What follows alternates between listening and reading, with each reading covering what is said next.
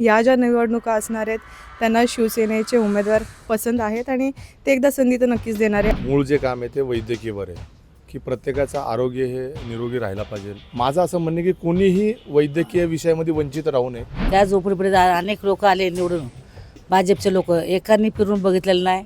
कचरा कुंडीचं सोय नाही, पाण्याचं सोय नाही आहे. आम्ही जे कार्य अहवाल दिलेले आहेत लोकांपर्यंत पोहोचवलेले आहेत ते आम्ही काय कामं केलेली आहेत ती सगळी दाखवलेली आहेत त्याच्यामध्ये. पण इथे अजून पण ई लर्निंग स्कूल नाही, तर आमच्या ज्या वस्ती पातळीची मुलं आहेत ते कशी कम्पीट करणार पुढच्या जनरेशनसाठी, हा माझा एक खूप मोठा कन्सर्न आहे. लोकांना रोड व्यवस्थित करणं, ट्रॅफिक मुक्त झाला पाहिजे आमचा प्रभाग, आणि पाण्याची समस्या, याच्या 3 गोष्टीवर आम्ही काम करणार. पूर्वीचे जे नगरसेवक होते त्यांनी काही काम केलं नाही. ड्रेनेज लाईनची समस्या आहे. उमेदवारांना निवडून देताल तर आम्ही 24/7 आजी आजोबा हेल्पलाईन स्टार्ट करणार आहे. नमस्कार, तुम्ही सकाळ बघताय. पुणे महापालिकेच्या निवडणुकीला अवघे काही तास शिल्लक आहेत.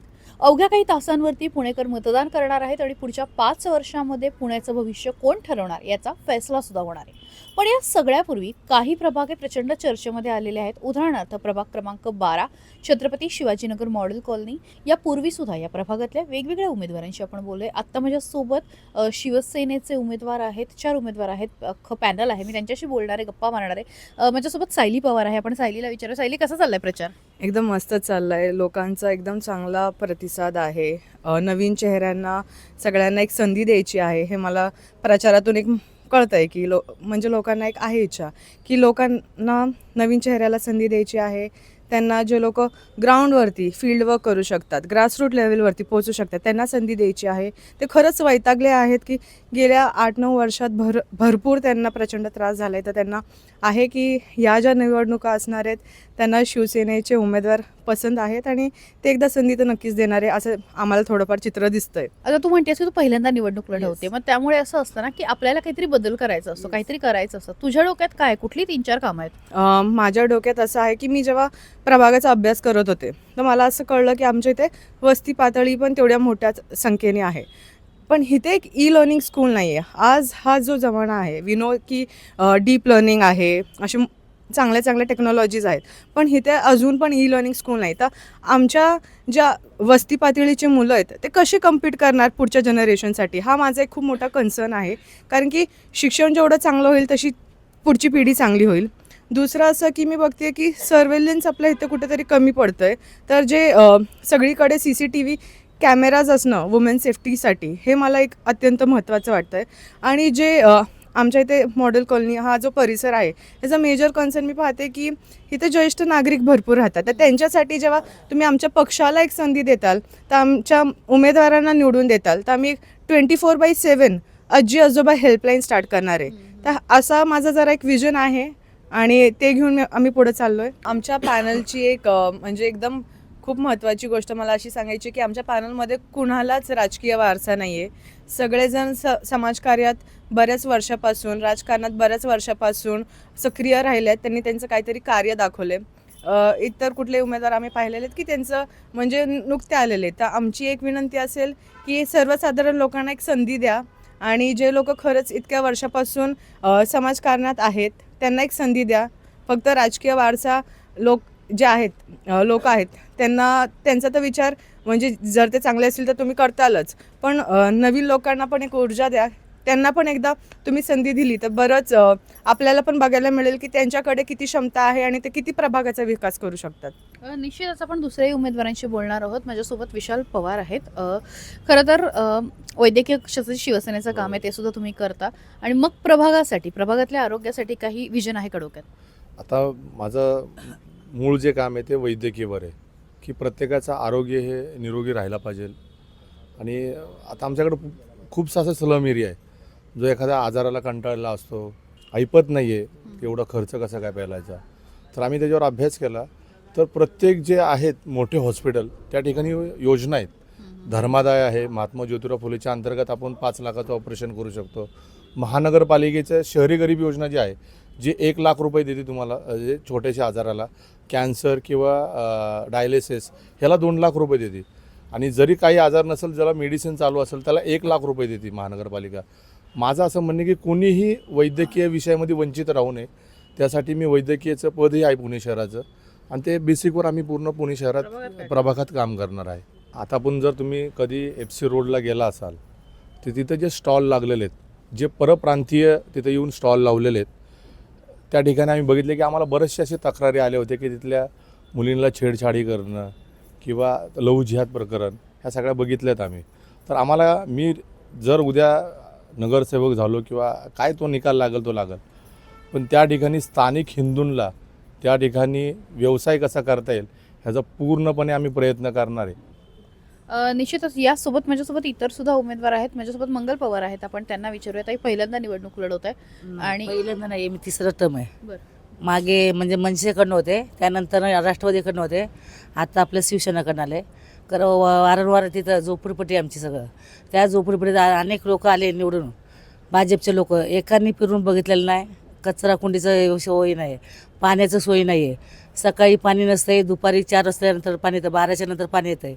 लोक कुठं जायचं, काय करायचं हे म्हणून विचार करत नाही. त्यांनी येऊन चौकशी करत नाही. काही गल्ली बोळ आहे सगळं.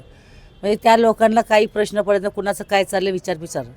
हे आम्ही जा येतात तिथे CC कॅमेरा मी बसवलेले त्या ठिकाणी. वल्ला कचरा सुका कचरा ते बघायला लागला मी. जे महिलांचा काय प्रश्न असेल मी बघते तिथं. गल्ली बोळात लाईटी जातात ते पण आम्ही बसवतो. हे आमचे काम आतापर्यंत आहे. खरंच आता शिंदे साहेबांकडनं आपलं तिकीट भेटेल इकडनं, कारण आम्हाला निवडून सगळ्यांनी द्यायला आपलं असं वाटतं. आपल्याकडे सर्वसामान्य लोक दुनाबणीची बांधणं कामाला जातात बायका सगळ्या. त्या बायकांसाठी आपल्याला काय आहे, ते पोरं लहान पोरं सोडून जातात, त्यांच्यासाठी आपल्याला पाळणाघर करायचं हे महानगरपालिकेकडनं पाळणाघर करायचं चाललेलं आहे. सगळ्यांनी आपलं मदत करू द्या, आम्ही येऊ द्या, मग सगळ्यांना आपण मदत करूया सगळ्यांना.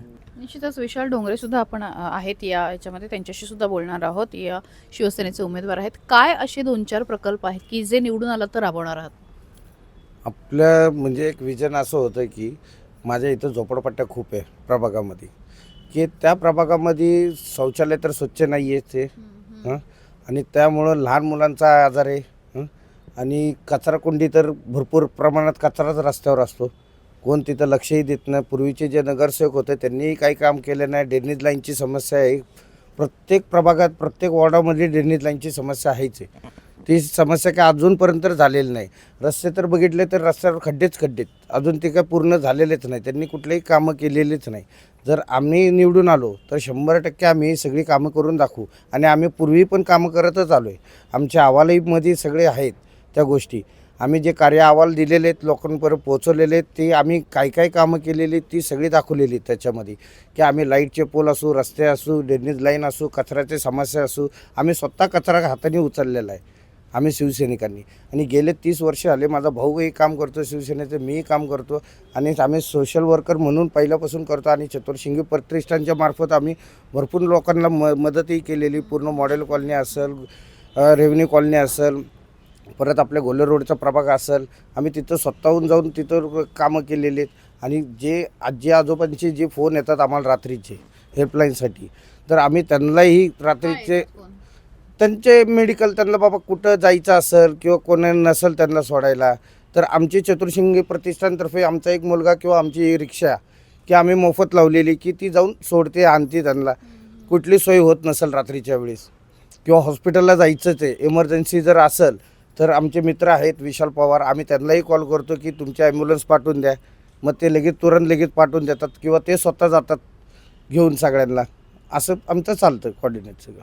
हे सगळं एका बाजूला सुरू असताना म्हणजे मी म्हटलं तसं की मिक्स प्रभाग आहे तुमचा. म्हणजे जेवढं निम्न मध्यमवर्गीय आहेत तर तसं उच्चभ्रू सुद्धा आहेत. म्हणजे प्रभात रोड सारखा सगळा भाग आहे. हे सगळं एका बाजूला असताना तुम्हाला असं काय वाटतं की कुठली कामं होती जी यापूर्वीच व्हायला हवी होती पण झाली नाही? आता तुम्ही बघितलं की पहिली समस्या असेल, जे सुशिक्षित वर्ग जो आपण म्हणतो तो ट्रॅफिकपासून फार त्रासलेला आहे. आता आपण बघितलं की आमच्या इकडे सगळ्या रोड सगळ्या बारीक आहेत, आणि त्या ठिकाणी काय नियोजन केलं पाहिजे, जे ट्रॅफिकचे सिग्नल आहेत त्याचे पॉईंट्स जास्त वाढवले पाहिजे, त्यात आपल्याकडे कमी आहेत. आणि त्यामुळे का तो पूर्ण आमचा सेनापती बापट रोड, मॉडर्न कॉलनी, संध्याकाळी 6 वाजता घराच्या बाहेर निघायचं का नाही, आज पब्लिक तो विचार करायला लागला आहे. आम्ही त्याच्यावर थोडंसं काम करणार आहे. आणि आता भाऊनी सांगितले की स्वच्छता, ड्रेनेज लाईन, खड्डे, जे रस्ते आपण आता बघतोय, आत्ता तुम्ही जर 2 महिन्यात तो रोड केला की 3ऱ्या महिन्यात तो खड्डा पडलाच पाहिजे.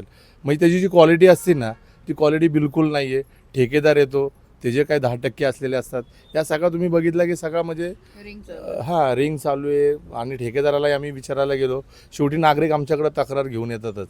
त्याच्यावर चाललं आहे की बाबा लोकांना रोड व्यवस्थित करणं, ट्रॅफिक मुक्त झाला पाहिजे आमचा प्रभाग, आणि पाण्याची समस्या, याच्या 3 गोष्टीवर आम्ही काम करणार आहे. निश्चितच मी जसं मगाशी म्हटलं तसं की असं नाही आहे की लोकशाही ही प्रक्रिया जी आहे ही दिवसेंदिवस अधिकाधिक प्रगल्भ होत चाललेली आहे. त्यामुळे या 4 उमेदवारांशी आपण बोललो आणि त्यांचं व्हिजन जाणून घेतो. तुम्हाला काय वाटतंय, नक्की कोणासाठी मतदान करावं? कुठला मुद्दा हा मॉडेल कॉलनी आणि छत्रपती शिवाजीनगरसाठी महत्त्वाचा आहे? कमेंट बॉक्समध्ये सांगा. सकाळला फॉलो करायला विसरू नका.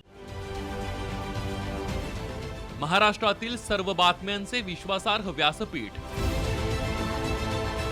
सकाळच्या सर्व सोशल मीडिया प्लॅटफॉर्मला लाईक, फॉलो आणि सबस्क्राईब करा. तसंच सर्व नोटिफिकेशनसाठी बेल आयकॉन प्रेस करायला विसरू नका.